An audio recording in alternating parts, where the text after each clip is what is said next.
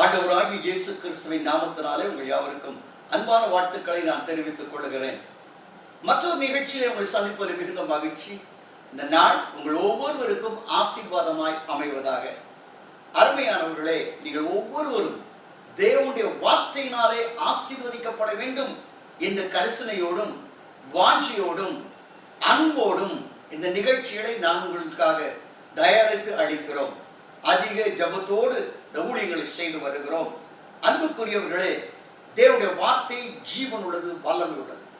தேவனுடைய வார்த்தையை படிக்க படிக்க தேவத்தினுடைய மகத்துவங்களை நாம் அறிந்து கொள்ள முடியும், அவருக்கு ஆசீர்வாதமாய் மாற முடியும். ஆகவே தான் கடந்த நாட்களிலிருந்து சங்கீதம் 45 உங்களோடு நான் பகிர்ந்து கொண்டு வருகிறேன்.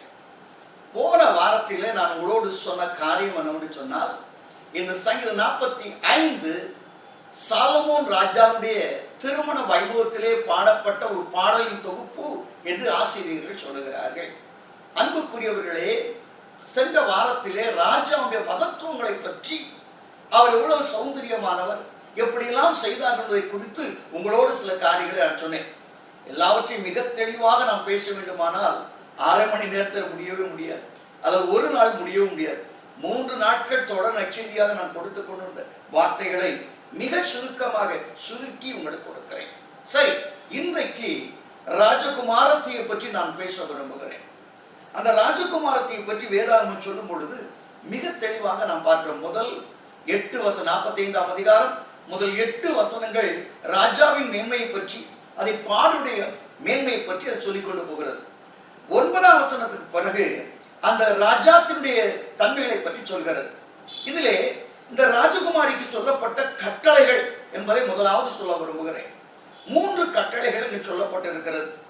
ஒன்று என்ன சொல்கிறது? உன் தாய் வீட்டை மறந்து விடு, உன் இனத்தாரை மறந்து விடு, உன் உறவுகளை மறந்து விடு என்று சொல்லப்பட்டிருக்கிறது. இரண்டாவது, செவி சாய்த்து கே, சிந்தனை பெறு என்று வேதவசனம் சொல்கிறது. மூன்றாவது 11ஆம் அதிகாரத்தில் அவரை ஆண்டவர் என்று பணிந்து கொள் என்று அங்கே சொல்லப்பட்டிருக்கிறது. சரிங்களா? ராஜகுமாரத்துக்கு 3 நிபந்தனைகள். ஒன்று, மறந்து விடு. எகிப்தில் உள்ள ராஜகுமாரத்தை வந்திருக்கிறாள், மிகவும் பரிவாரங்களோடு வந்திருக்கிறாள், அருமையான செல்வ செழிப்போடு வந்திருக்கிறாள். அவளுக்கு பாடல் மூலமாக, திருமண வாழ்த்து பாடல் மூலமாக ராஜா மேல் பிரியமாய் இருக்க வேண்டுமானால் ராஜகுமாரத்தை கேள், உன் தகப்பன் வீட்டையும் உன் உறவினரையும் நீ மறந்து விடு, உன் இனத்தாரையும் மறந்து விடு. வாழ்க்கையில முதலாவது ஆண்டவர் இதைத்தான் எதிர்பார்க்கிறார். மறுகை ராஜாத்தி என்று சொல்வது தேவனுடைய திருச்சபை அல்லது விசுவாசிகளை குறிக்கிறதா இருக்கிறது. மறந்து விடுதல் அவசியமா இருக்கிறது. என கருமையானவர்களே, ஒருவேளை எகிப்தின் கலாச்சாரத்திலிருந்து, இந்த எகிப்திய ராணி அல்லவா, எகிப்திய ராணி திருமணம் செய்த பொழுதுதானே இந்த பாடல் பாடப்பட்டது. மிக பயங்கரமான, ஒரு அற்புதமான, விசித்திரமான, இதுவரை கண்டிராத சிறப்பான ஒரு திருமண வைபவம். அது சொல்லப்படுகிறது, மறந்து விடு. நீ எங்க இருந்து வந்தா, எகிப்துல எப்படி வந்தா, எப்படி வாழ்ந்தா, இதை மறந்து விடு. ஏன்னு சொன்னால், எகிப்து என்று சொன்னாலே முதல்ல உள்ள ஆகாரங்க, ஆகாரம். அதாவது உலகத்துல சில சாப்பாட்டுக்கு முக்கியத்துவம் கொடுக்கிற சில நாடுகள் உண்டு. எகிப்தை சொல்லலாம், மலேசியாவை சொல்லலாம். மலேசியாவுக்குலாம் நீங்க போனீங்கன்னா 24/7 24 மணி நேரம் சாப்பிட்டு கொண்டே இருப்பார்கள். இங்க ஒரு பார்த்துருக்காங்க.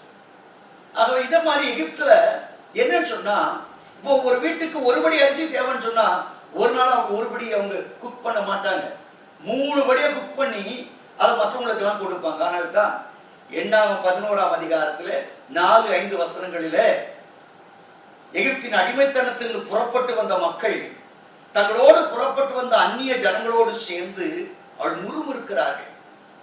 எகிப்திலே கிரயமில்லாமல் சாப்பிட்ட விலங்கு. அதாவது ஒரு திருமண வைபவம் என்றாலும் சரி, ஒரு 10 பேருக்கு ஆகாரம் கொடுக்கிறவர்கள், 100 பேருக்கு ஆகாரம் கொடுக்கிறவர்கள் அப்படி செய்வதே கிடையாது. 1000 பேருக்கு ஆகாரம் போட்டு தெருவெல்லாம் கொடுப்பார்கள், கிரயம் இல்லாமல் சாப்பாடு. எனக்கு அருமையானவர்களே, இன்னைக்கு வாழ்க்கையில எது முக்கியம்? நம்முடைய வாழ்க்கையில எதை நாம் மறந்து விட வேண்டும்? நீங்க அநேக நேரங்களே நம்முடைய முக்கியத்துவம் எதற்காக போகிறது என்று சொன்னால், சிலர் ரொம்ப சொல்லுவாங்க, ஒரு ஜான் ஜனம் வயிற்றுக்கு தாங்க அப்படின்னு. எதுக்குங்க இவ்வளவு கஷ்டப்பட்ட, எதுக்கு இப்படி நிறுத்துடுற, இப்படி எப்ப டான்ஸ் ஆடுறா, ஏன் இப்படி அசிங்கமா நடிக்கிற, ஒரு ஜனம் வயிற்றுக்கு தாங்க. அது இல்லைங்க, அது இல்லை. ஆண்டு அழகாக சொல்லி இருக்கிற அல்லவா, உபாகம் 8ஆம் அதிகாரத்திலும் மத்திய 4ஆம் அதிகாரத்திலும் மனுஷன் அப்பத்தினால் மாத்திரமல்ல தேவனுடைய வாயிலிருந்து புறப்படும் ஒவ்வொரு வார்த்தையினால் பிழைப்பான்.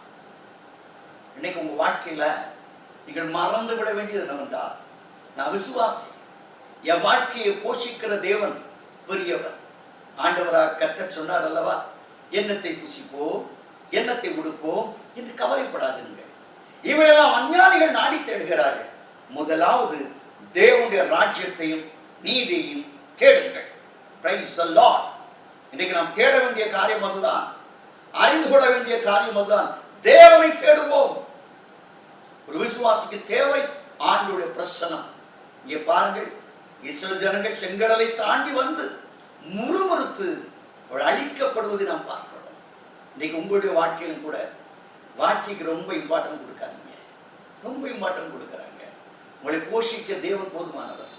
அன்றைக்கு தேசத்திலே பஞ்சம் இருந்தபோது கேரி தாற்றண்டையிலே எலியாவை போஷித்த தேவன் இன்றைக்கு உயிரோடு இருக்கிறார்.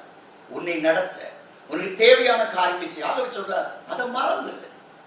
எகிப்தின் உணவுகளை மறந்து விடு. இரண்டாவது, எகிப்திய கலாச்சாரங்கள், பழக்க வழக்கங்கள், அங்க எல்லாமே அந்த கலை நிபுணர். நீங்க எகிப்தினுடைய நடனங்களை நீங்க பார்த்தீங்கன்னா நம்ம நாட்டில் ரசமான இருக்காங்க, ரொம்ப ரொம்ப மோசமா இருக்கும் அந்த கலாச்சாரம். ஆகவே தான் மோசே வளர்ந்த பொழுது, அவன் பெரியவனான பொழுது அவனை குறித்து திருமறை சொல்கிறது. எபிரேயர் 11ஆம் அதிகாரம் 24ஆம் வசனத்திலே பார்வோனுடைய குமாரத்தினுடைய குமாரன் என்று சொல்லப்படுவதை அவன் வெறுத்து விசுவாசத்தினாலே, அது அண்டர்லைன் பண்ண, விசுவாசத்தினால், by faith he denied, விசுவாசத்தினாலே வெறுத்தான். பார்வோனுடைய குமாரத்தின் டைட்டில் ஜாலியா இருக்க வெறுத்தான். வாழ்க்கை எதுக்காக வாழ்றீங்க? ஜாலியா இருக்கணும்னா, ஜாலியா இருக்கணும்னா ரொம்ப அசிங்கமான வாழ்க்கைக்கு முடிவுக்கு போய்விடும். மறந்து விடு, அது வேண்டாம். அந்த மாதிரி எண்ணங்கள் நமக்கு வேண்டாம், அந்த மாதிரி கலாச்சாரம் நமக்கு வேண்டாம். அப்போஸ்தலனாகிய பவுல் சொல்ல, எனக்கு லாபமாயிருந்த எவைகளோ அவளை நஷ்டம் குப்பையும் என்று எண்ணுகிறேன் என்று சொல்கிறார். வெறுத்து விட வேண்டும். அதை கர்த்தரிடத்தில் எதிர்பார்க்கிறார். நீ நான் செய்ய வேண்டிய காரியம், அதை நான் வெறுத்து விடுகிறேன் ஆண்டவரே. அப்படிப்பட்ட வாழ்க்கை, அப்படிப்பட்ட ஜீவியம் எனக்கு தேவையில்லைன்னு சொல்லி ஆண்டவருடைய சமூகத்திலே நாம் போவோம். அதான் கர்த்தர் நம்மளோட பேசுகிறாருங்க. மறந்து விடு. உன் தகப்பன் வீட்டை அங்கே உள்ள உணவை மறந்து விடு, அங்கே உள்ள கலாச்சாரத்தை மறந்து விடு. எல்லாவற்றுக்கும் மேலாக அவர் அங்கே சொல்ல விரும்புகிற காரியம் என்னவென்று சொன்னால், மறதில்லை, இன்னொரு காரியம், முக்கியமான ஒரு காரியம் இருக்கிறது. அங்கே உள்ள செல்வ செழிப்பான காரியங்கள், அங்கே காணப்படும் இச்சையான காரியங்களை நாம் வெறுத்து விடும்படி சொல்லுகிறார்.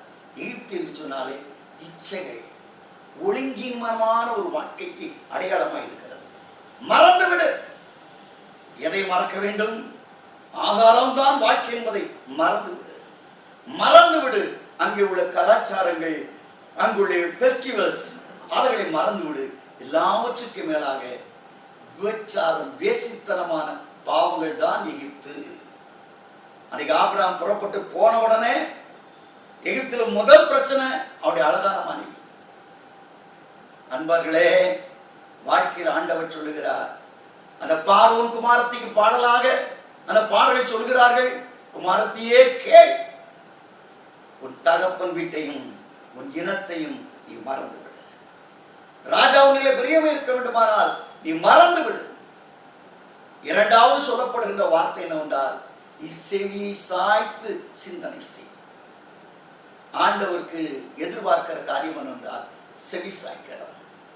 நீதிமொழி ஆய்வு அழகாக 1ஆம் அதிகாரம் 33ஆம் வசனம் சொல்கிறான், எனக்கு செவி கொடுக்கும் எவனோ அவன் விக்கிரமின்றி வாசம் பண்ணுவான், ஆபத்தில் அவன் சோர்ந்து போகாமல் காணப்படுவான் என்று வேதவசனம் சொல்கிறது இல்லையா? கத்தோலிக்க திருமலை சொல்கிறது, எனக்கு செவி சாய்த்து நடக்கிறவன் அல்லது என்னுடைய வார்த்தை கேட்டு நடக்கிற எவனோ அவன் தயக்கம் இல்லாமல், பதஷ்டம் இல்லாமல் அமைதியாய் இருப்பானா. எத்தனை அற்புதமான மொழிபெயர்ப்பு பாருங்க. நீங்க ஆண்டவருக்கு செவி கொடுப்பது மிக மிக அவசியங்க. நம்ம செவி கொடுக்கிறோமா? ஆண்டவருக்கு செவி கொடுக்கிற ஒரு வாழ்க்கை நமக்கு இருக்கிறதா? நிறைய பேருக்கு கிருபை வேணும், அது வேணும் இல்லையா? ஆண்டவர் சொன்ன, நானே நல்ல மேய்ப்பன், என் ஆடுகள் எனக்கு செவி கொடுக்கிறது, என் குரலை அறிந்திருக்கிறபடினால் நான் கூப்பிடும் பொழுது என் பின்னே வருகிறது. Have you ever heard about the voice of God? எப்பொழுதாவது இயேசுடைய சத்தத்தை கேட்டிருக்கியா? சத்தத்தை கேட்டிருக்கியா?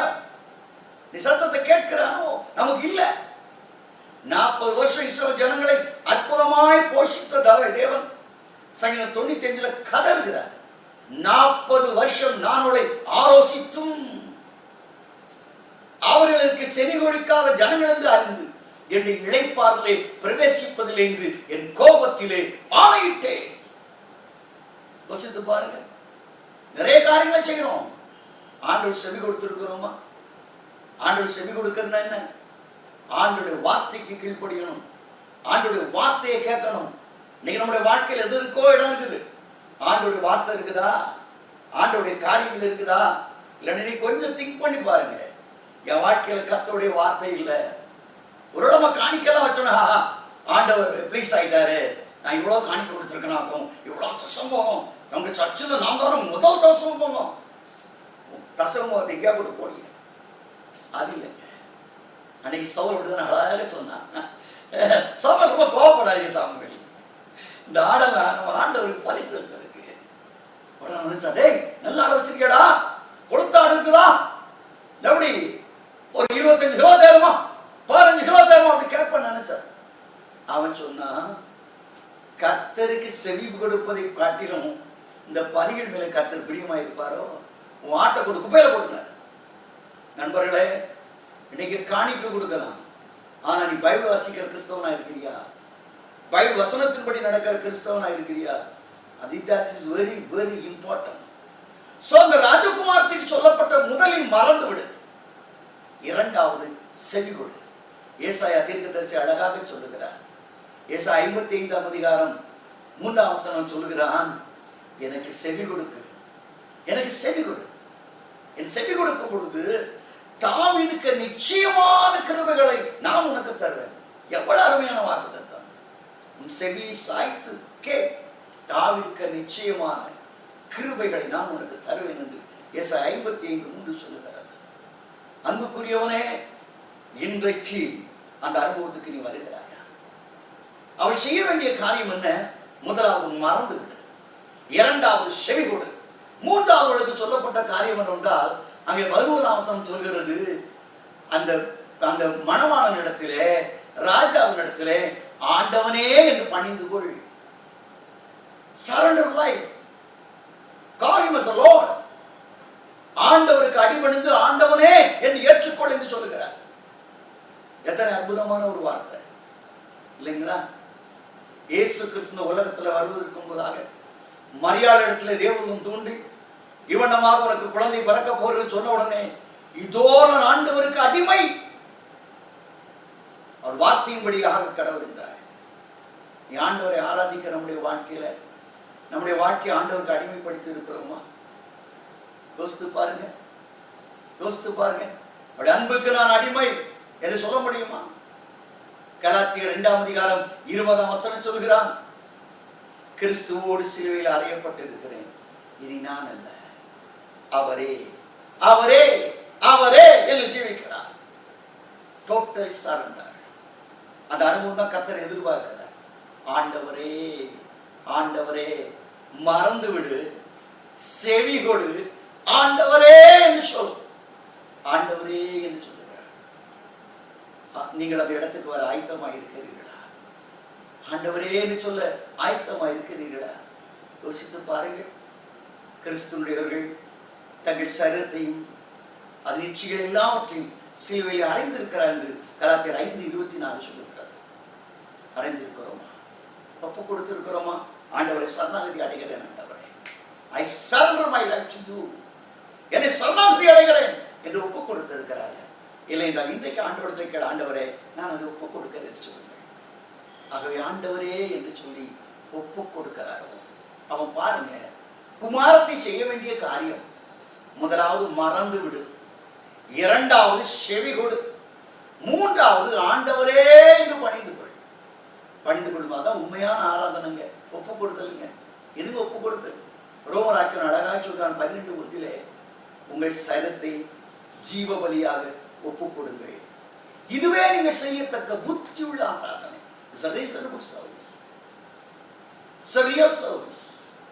Surrender your body as a living sacrifice. உங்கள் சரத்தை ஜீவ பலியாக ஒப்பு கொடுங்கள். இதை கர்த்தர் எதிர்பார்க்கிறார். என் அன்புக்குரியவர்களே, இதை செய்ய வேண்டும். செய்யும் பொழுது அந்த ராஜ அந்தஸ்து எப்படி வருகிறது? ராஜகுமாரத்தை பற்றி பேசும்பொழுது சொல்கிறது 9ஆம் வசனத்தை பாருங்கள். ஸ்திரீகளுக்குள்ளே ராஜகுமாரத்திகளுக்குள்ளே இந்த எகிப்திய ராணி என்னென்றால் உப்பேரின் தங்கத்தை தரித்தவளாக இருந்தாள் என்று எழுதப்பட்டிருக்கிறது. உப்பேரின் தங்கம் என்பது இந்த காஞ்சிபுரம் பட்டு போடுறாங்களா, அதே மாதிரி தங்க நூல் இழைகளினால் ஆன ஒரு உடை, அதான் தங்க தணைகளினால் ஆன ஒரு உடை.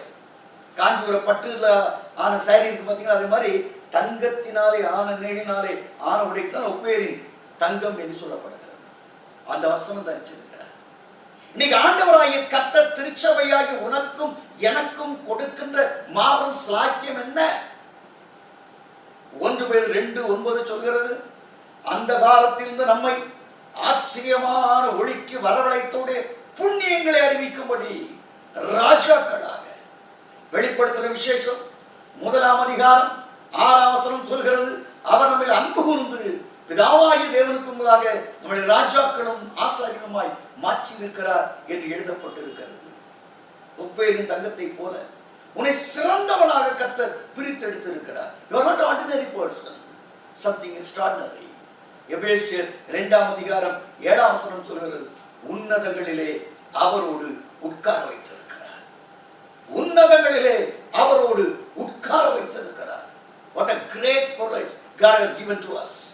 எவ்வளவு பெரிய சாக்கியம், எவ்வளவு பெரிய பாக்கியம் இல்லைங்களா? அந்த இடத்துக்கு ஆண்டவர் கொண்டு வந்திருக்கிறார்.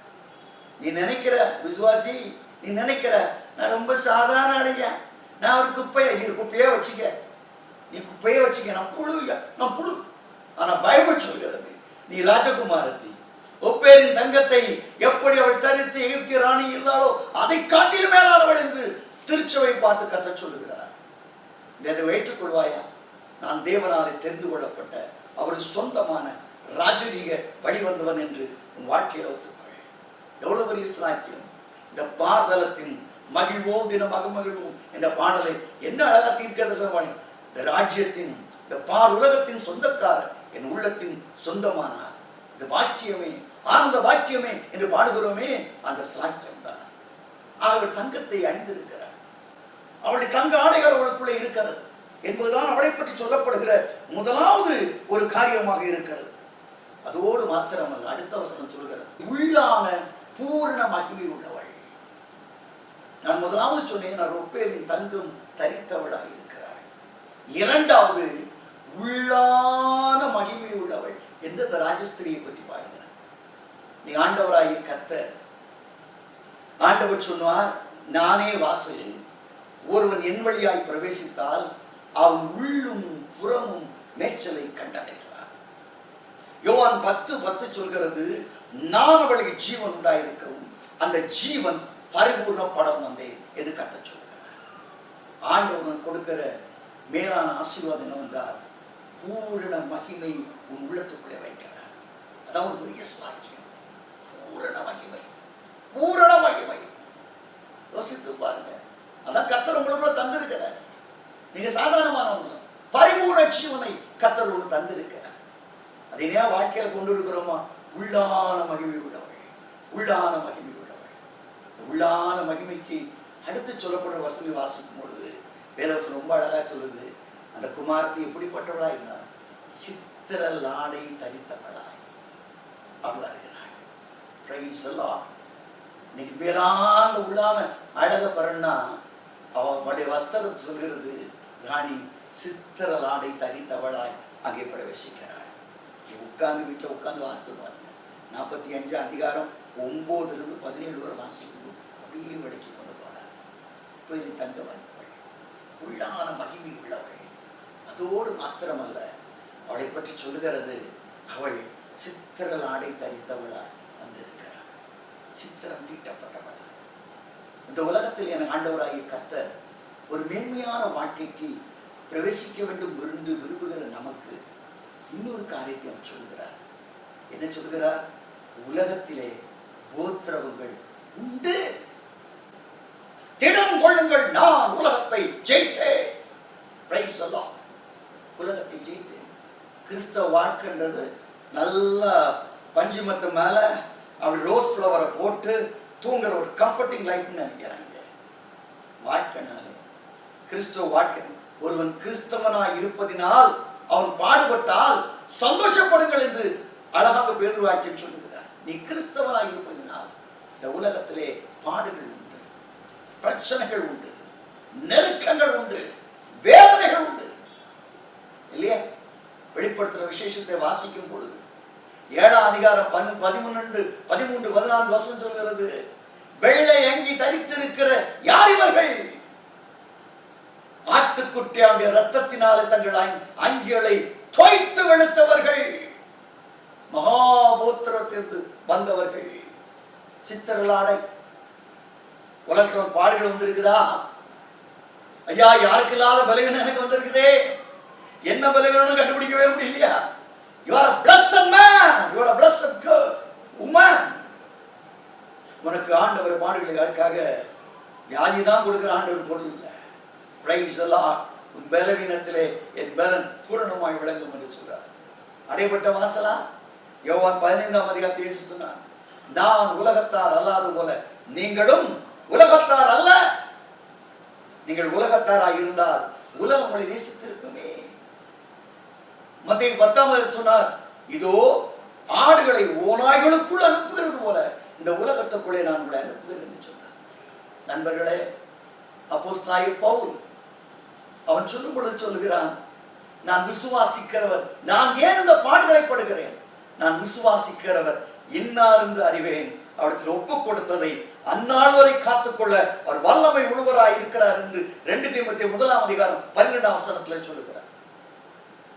எத்தனை அஷூரன்ஸ்! உலகத்துல பாடுகள் வரலாம், பல உத்தரங்கள் வரலாம், பல கண்ணீர் வரலாம். தயவு செய்து உங்கள் இருதயம் சோர்ந்து போக வேண்டாம், உங்கள் இருதயம் நொறுங்கி விட வேண்டாம். ஆண்டவரை நோக்கி பாருங்கள்.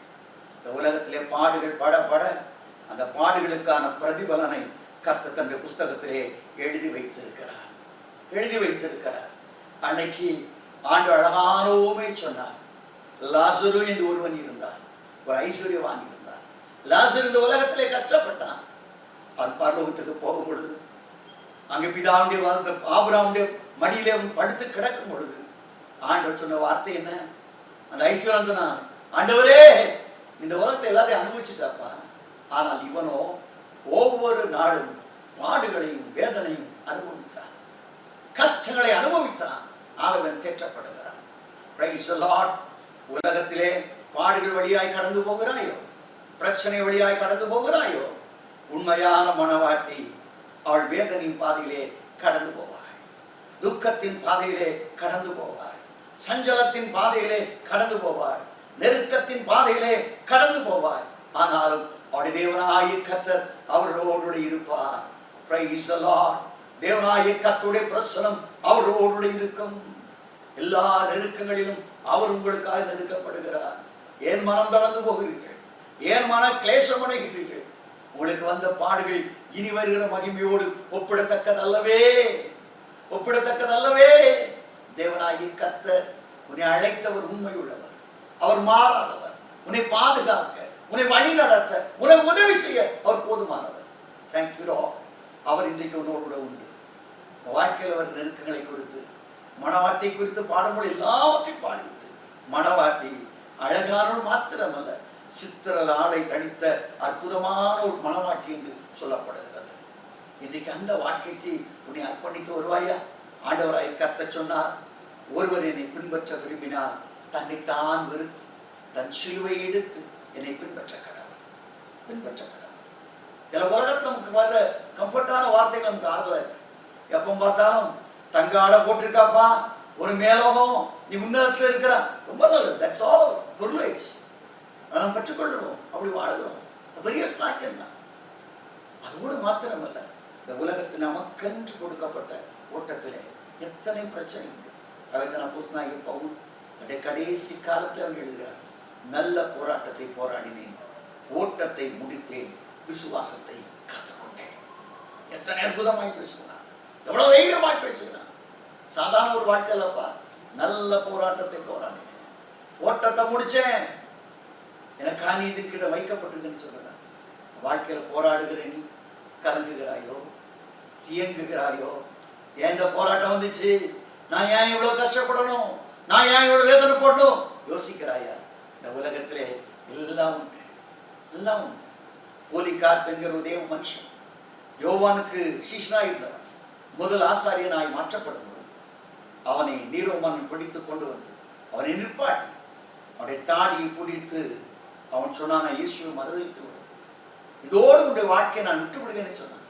இல்லை, ஆண்டோடைய கரத்தினாலே 90 ஆண்டுகள் நன்மைகளை பெற்று நான் மறுதலிக்க முடியுமா என்ற பொழுது அவன் தாடியை பிடித்து இழுத்து அந்த ரோமங்கள் எல்லாம் ஒரு சதைகளும் பிந்து வந்து அவன் ஆண்டவருக்கு நன்றி சொல்லி தன் வாட்டத்தை முடித்தான். இன்றைக்கு உங்கள் வாழ்க்கையிலும் கூட ஒரு ராஜகுமார்த்தியாய் கர்த்தர் மாற்ற வருவார்கள். கேட்ட வசனங்களை நினைவு கூறுங்கள், கேட்ட வசனம் நினைவு, அதன்படி நாங்கள் உங்கள் வாழ்க்கையை அர்ப்பணிங்கள். மெய்யாகவே நீங்கள் ஆசீர்வதிக்கப்படுவீர்கள், உங்கள் குடும்பங்கள் ஆசீர்வதிக்கப்படும். நோக்கி நாம் ஜெபிப்போமா? ஜெபம் செய்வோம். அன்புள்ள பிதாவே, நீர்களுக்கு தந்த வார்த்தைகளுக்காய் நன்றி. ராஜகுமாரத்தியா எங்களை மாற்றியிருக்கிறேன், ஒரு மேலான வாழ்க்கைக்கு அழைத்திருக்கிறேன், அதற்காக நன்றி. விசுவாசத்தை தொடங்கிற முடிக்கிறவாகி உம்மை நோக்கி ஆண்டவரை முன் பூரண பாதையை கடந்து போக நாங்கள் மறக்க வேண்டிய காரியங்களை நாங்கள் மறக்க வேண்டும். ஆண்டவரே, விலக வேண்டிய காரியங்களை விட்டு விலகி எங்கள் இனத்தையும் எங்கள் குலத்தையும் விட்டு ஓடி உண்மை நாங்கள் பற்றி கொண்டு உள்ளான அழகுடைய உள்ளாய் சித்தலாடை தடித்த அழகுள்ள பூரண புருஷர்களாய் மாற கர்த்தர் உதவி செய்கிறார். இன்றைக்கு வசனத்தை கேட்ட ஒவ்வொரு பிள்ளைகளுக்காக ஜெபிக்கிறேன். யாரெல்லாம் உண்மையாய் வாழ்க்கையிலே ஆண்டவர் விசுவாச வாழ்க்கையிலே போராடுகிறார்களோ, கண்ணீர் வடிக்கிறார்களோ, வேதனைப்படுகிறாரோ, அப்பன் இயேசு அவர்களுக்காய் இறங்குவீராக. வேதனைகள் மாறுவதாக, சஞ்சலங்கள் மாறுவதாக, துயரத்துக்கு பதிலாக ஆனந்த தைலத்தை அடையட்டும், ஆசீர்வதிக்கப்பட்டது அப்படி வாழ்க்கை மேன்மையடையட்டும். சமூகத்திலே பிள்ளைகளை தாட்டி கொடுக்கிறேன், பொறுப்படுத்திக் கொள்ளும். இயேசுவின் நாமத்தில் வேண்டுகிறோம், ஜீவனுள்ள பிதாவே. ஆமென், ஆமென், ஆமென். God bless you.